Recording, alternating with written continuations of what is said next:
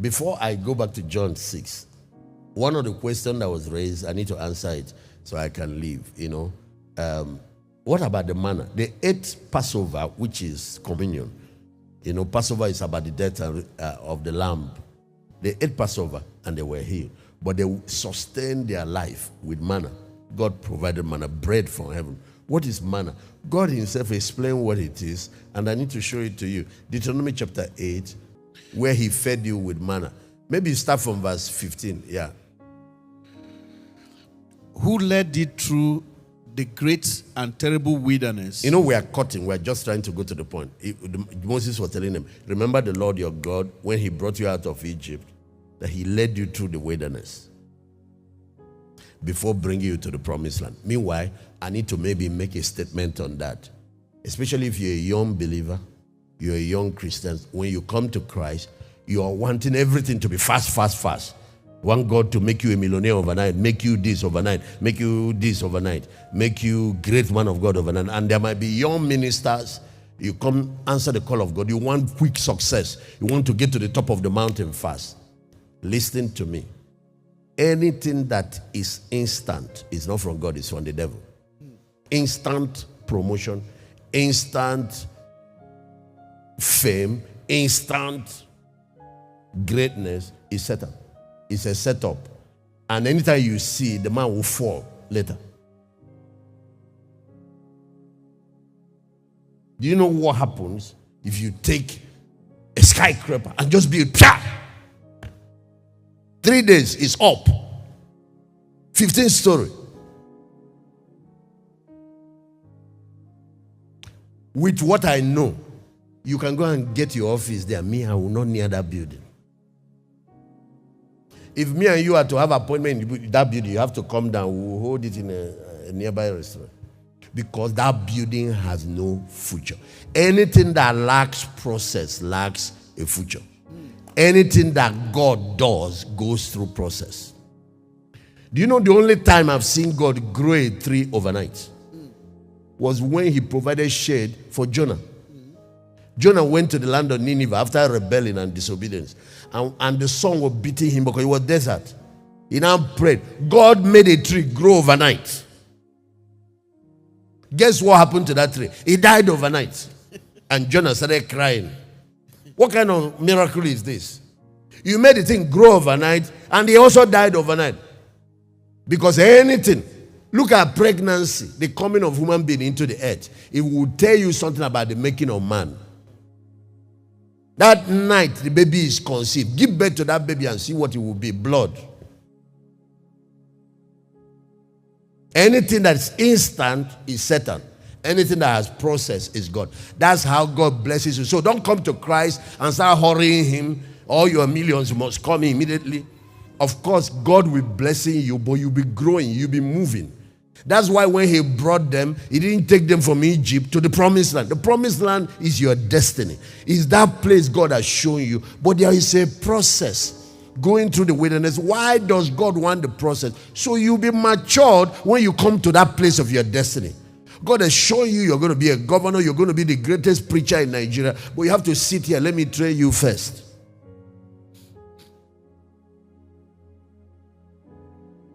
God has shown you you're going to own the biggest bank, but you have to go work in a bank and get under mentorship first.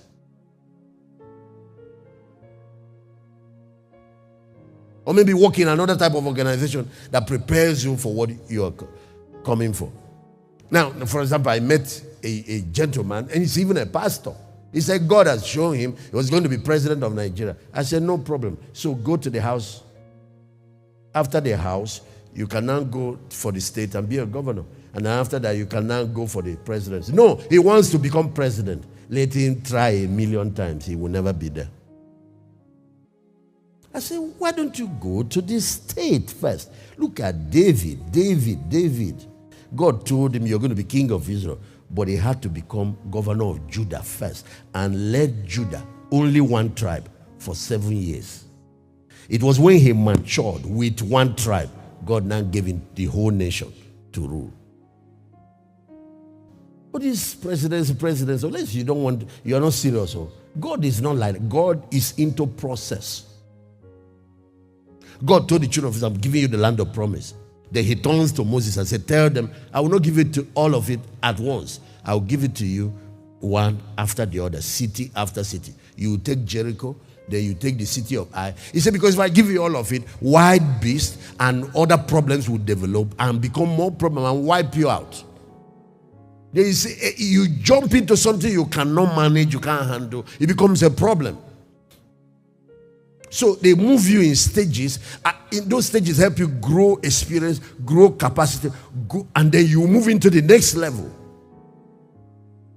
You don't come here. You have never given God 1 million naira in your life. You come here and come and drop 20,000 and tell God you're believing Him for 10 billion. Why don't you do that in your school? You go and write entrance to primary school and tell God you are using it to go into the university. God doesn't operate like that. The reason is the human being. God is more interested in you than what He's doing for you. He wants you to mature. He wants you. See how He made. Can you imagine? How many kids do you have, Pastor Lewo? 3. Which one? How many boys? 1 boy. Can you imagine that boy? The day he was born, he becomes president of Nigeria. What will happen to him? You don't need terrorists to kidnap him. It will be the cleaner in the room that will carry him, put inside a bag, and go to Iraq and sell him there. But that might be his destiny. But the brain can't handle what you are giving him. His physical maturity can't handle it. There is so many things. Can you imagine a little girl, just born now, becomes pregnant, or become pregnant at the age of 2? How will she deliver that baby? So that's what God is doing. God is more interested in working in you than in working for you. He will work for you, but He must work in you. He needs to mature you and develop you while He's getting things done alongside. So that's why He does it in stages. In stages. And not every vision God shows will be accomplished in 2021. Some are for 2022. Some are for 2023. He takes you in phases, because as He takes you on the journey, you will mature. And that's what He's telling the children of Israel. There is a shortcut to the promised land, but I chose to take you through the wilderness, through the process. So you have Egypt, you have Canaan, which is the land of promise. In between is the wilderness. That's the process. That's how God works. He said, when the Lord brought you out, He led you through that great and terrible wilderness. Go ahead, Pastor Ben, Deuteronomy 8 from verse 15, yes? Who led you through the great and terrible wilderness, wherein were fiery serpents and scorpions and drought, where there was no water. Who brought thee forth water out of the rock of Why flint? is it that at a certain stage in your Christian life, you are led through this stage where you don't have too much abundance? In another stage, after you have passed this stage, you now start having the money, millions and billions. Why is it at that certain stage, they need limited resource? Why does God operate like this? Why is it that you, Pastor Lewo, but that your boy at that stage, do you expose him to your Range Rover, to your Jeep, to your bank account, to millions? Is that what you give to the guy? Why do you give him small pocket money and give him school fee? Just that level. Give him just 1 meal. Why don't you give him money that can buy a whole supermarket?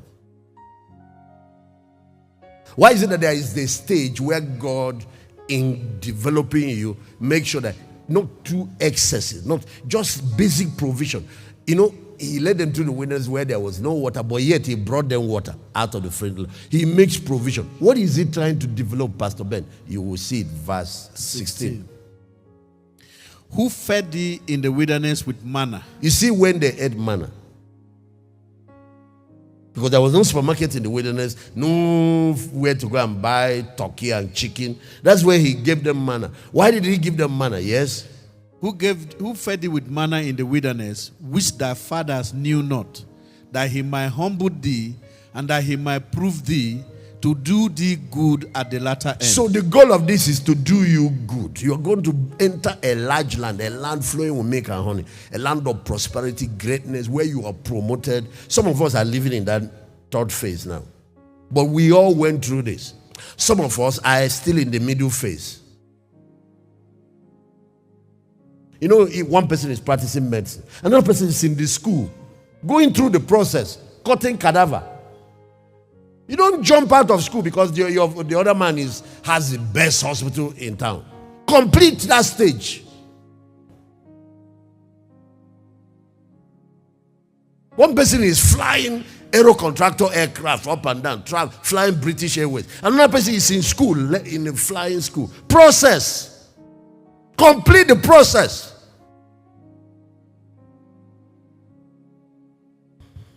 You don't jump out of school because you saw somebody, a pilot in the airport.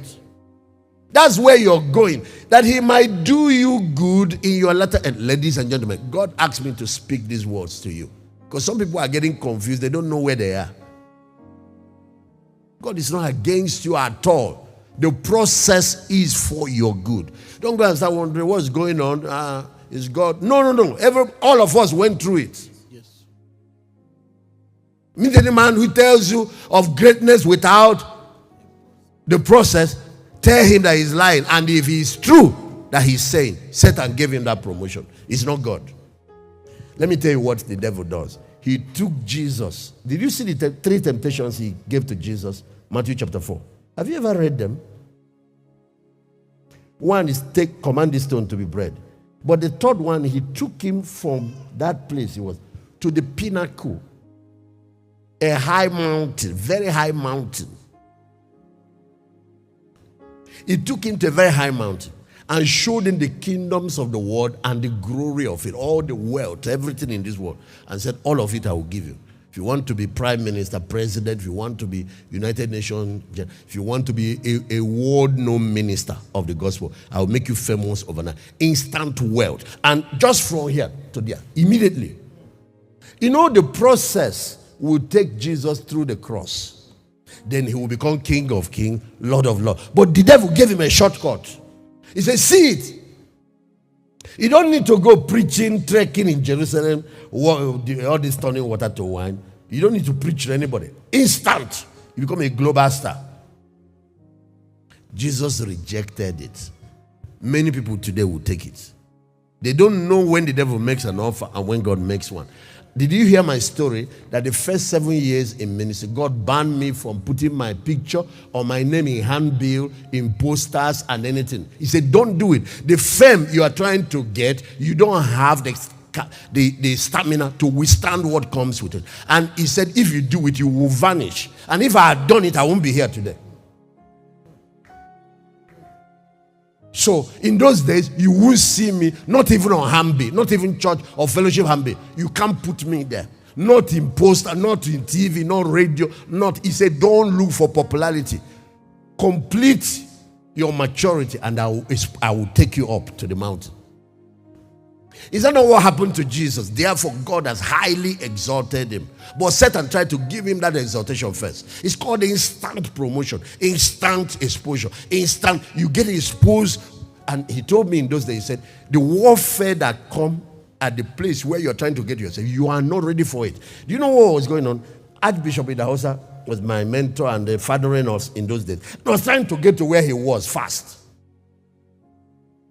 When he come for program finish, I watch the kind of cars that he would drive. And I want the cars. So I'll be praying and claiming those kind of Jeep. God, are you crazy? Your church doesn't have a piece of property. You are believing for car. This is a misplaced priority. Go and focus on the important thing. How many souls have you won and you're believing for a car? Leave all those things. Seek the kingdom. These other things will be added. He said a season of your life will come. Those things, they will be coming to you without you even looking for it. Focus on the important thing now. Focus on your own growth. Focus on the ministry's growth. Focus on the people I've given you to grow them. If I started pursuing shadow, I would have grown. These are the men in those days. You need to see how they were looking. Go and look at those old pictures. Some of them, their neck used to look like stick. Pastor Not Bad, all of them, Dubus and the rest of them. So focus on grow these men. Turn them to mighty men. These things you're looking for will become common. I said, and then that was where. That's why you hear me, I tell you, I don't have ambition for success or to drive big cars and all. If God killed it, then he killed it on time, and thank God that he did.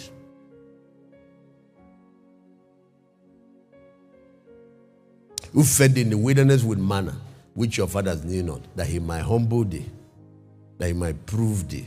It's a testing time to do thee good in your latter. Because you don't learn humility when you're already in power. You won't learn it again. It's in the wilderness you learn it. You don't learn faith when everything is already available. No. Your faith is in money, not in God. You don't learn the things of the Spirit when all the things are now. You see, prosperity is one of the greatest hindrances to spiritual development. But when a person has developed root, you now give him prosperity. It doesn't shake him again. But his root has not entered. You go and start bringing too much of that. You need to give him his daily bread, meet his needs, but not too much, not wants. God gives you both your needs and wants. Oh, he does that. Yes, he does that. There's a stage where you are, he meets your need. There's another stage.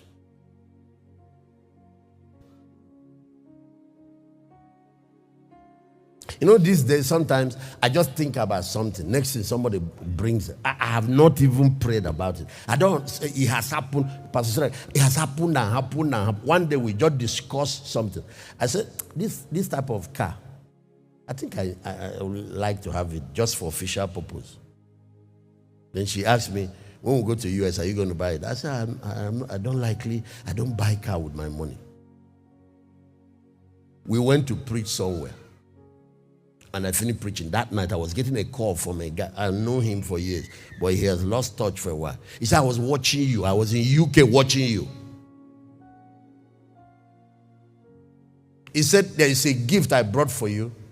Do you want to come and get it? I said, I don't have time. I have a lot of engagement. He said, okay, send a pastor so place. And I sent the pastor. They drove that car exact. I said, what kind of thing is this? But go and meet me during that wilderness time, where I'll be praying as if God is deaf. God is not deaf. He's your Father. He knows what you have need of. He knows what you have need of. Clap, clap. He knows what you have need of. He's not just your Father. He loves you. He loves you. You better believe that he does. He does. He said, can a woman forget her suckling child? That they don't have compassion on the children of their womb. He said, even if women do that, it's hard, but some women do. Because when you carry a baby, 9 months, but some do. That's what the Bible said. He said, yet will I not forsake you. How can you forsake somebody you died for on the cross? Okay, go back to the manna story. I need to end, Pastor Ben. Who fed thee in the wilderness with manna? I'm reading verse 16 now, Deuteronomy 18. Which your fathers knew not, that he might humble you, that he might prove you, and to do thee good in your latter end. Power comes with pride. So that's when we learn humility. That's when we become disciples. It's during this period. It's the discipleship phase. So when you come to Christ, you give your life to Christ newly. Get it clear into your head. Humble yourself and get into the process. And let me warn, and I want to say it on Global TV, if you're already very wealthy or very powerful and very influential, when you come to Christ newly, I'm going to give you a secret. Humble yourself, get into discipleship. If you don't do it, you keep saying, I'm busy. Today I'm in Dubai. Today I'm in Singapore. Oh, government house. We don't have time. This is what many Christian powerful men have experienced. They find God permit the enemy. He will go and attack their resources, attack their power base, and they crumble. And some of them have asked me, what is the meaning of this? I was doing well before I came to Christ. It's not God is not interested in your money. He wants your heart, and you don't want to give it. Every day. Why haven't you gone for DLI? From Singapore to Dubai to China to, business. 1 year will pass. Why haven't you done encounter? Pastor, I don't have the time. I even managed to come to Sunday service. So you see them once in a month, one Sunday service. Just go and write what I'm telling you down. If you know anybody and you're following him, correct him with what you are learning today. If he doesn't, watch. Next thing you're going to see. Because if you live in like that, he's not going to make it. He's going to be empty-handed. He's going to be barren. So what God will do, he will cut off all those his distraction. And container fell in the high sea, or this one happened, they seized my, or one problem. You see him, pastor, say, now go for DLI. He say, yes, sir. Go for encounter. He say, yes, sir. Pastor, I finished encounter. I said, just because you finish encounter doesn't mean. It's a process. Go for DLI. He said, okay, sir. As long as God will hear me, he will go for DLI. Then you need to go and do pursue somebody. Pastor, I will be there. You see him in the front. You know why he's sitting in front? He's expecting me to pray for him. I said, this one is beyond praying for you. I can pray for you. A miracle will happen. But it is just like getting you out of the process. Medical school, I pray you into practicing medicine. Is that a good thing? Oga? If somebody jumps out from first year of flight school, Nigerian aviation school, jumps out from, he said, my pastor anointed me with oil. And for some unknown reason, I don't know how it happened, I saw the thing, they have signed my certificate, graduated. And when it was convocation, I saw them, they called my name. I even had to borrow gown, and I just joined them. He said, how many years did you spend? He said, I just got admission, just a few months. If you're the one employing, will you employ him? You have an airline, will you employ him? If you know whatever he flies, will you enter? Of course, I will not use the airline just by mistake. In case one day I'm seated, they say you are the one in the front. So I won't even use that airline. I will even ride them to sack you. But that's disaster flying on air. What about a doctor? Oh my God, my pastor David is my pastor. He anointed me on Sunday. Immediately, just Feast of Trumpet. Just since second year medical student. Now I've graduated. I've opened my own hospital. Oh Lord, praise be to the Lord. There are some testimonies when people give. Those of us who are mature. We say, Lord, thank you for what you have done, but keep her in the process. That one is not ready yet. Yeah, you need miracles to keep you going. Sustenance, manna, all that. But you have to complete the process. Then you can now have your destiny, the promised land, the land of your inheritance.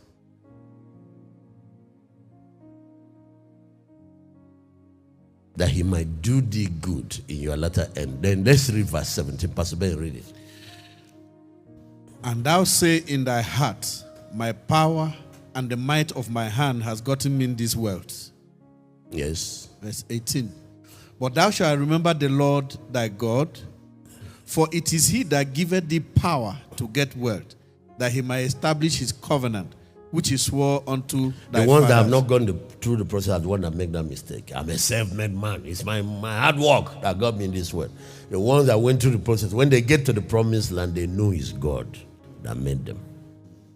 So you see, then they give God what belongs to him. He said he made you wealthy, brought you there that he might establish his covenant, which he swore to your fathers. For the Jews, is the Abrahamic covenant and the mandate that God has for that nation. For us, is this great commission. God is making you wealthy so you can finance the gospel. God is making you wealthy so you can finance the kingdom. God is giving you power so you can advance his cause on the earth. There is purpose for wealth. There is purpose for power. God doesn't want you to have wealth without a mission, money without a mission, or power without purpose. He doesn't want you to have that, because that's when he destroys the man that has it. God wants believers to have money with a mission and power with purpose. And you see now, the man will use the portion that is for him and use the rest to advance God's kingdom. You don't beg him. You don't. They know how they got here. They know who made them. When you see those sprouts who think they are self-made, until the day divine discipline comes. Okay, read verse 19. Verse 19. And it shall be, if thou do at all forget the Lord thy God. Okay. Go down to where he mentioned taking you through the wilderness one more time. It's mentioned twice. Go down to that place. Verse 2 and 3. Read that verse 2 and 3. Verse 2. And thou shalt remember all the way which the Lord thy God led thee these 40 years in the wilderness. To humble thee, to prove thee, to know what was in your heart, whether thou would keep his commandment or no. Now, the issue is whether you obey him or not. Now, watch. He's going to mention manna, and he tells us what manna is. Read it, the next verse. Verse 3. And he humbled thee and suffered thee to hunger, and fed thee with manna, which thou knewest not, neither did thy fathers know. Watch. Everybody watch now. Yes? That he might make thee to know that man does not live by bread only, but by every word that proceeded out of the mouth of the Lord. Now, this manna is bread too. It came from heaven. It's angels' food. But why is he pouring it down for them instead of giving them natural food in the wilderness? During this process time, why is manna the food?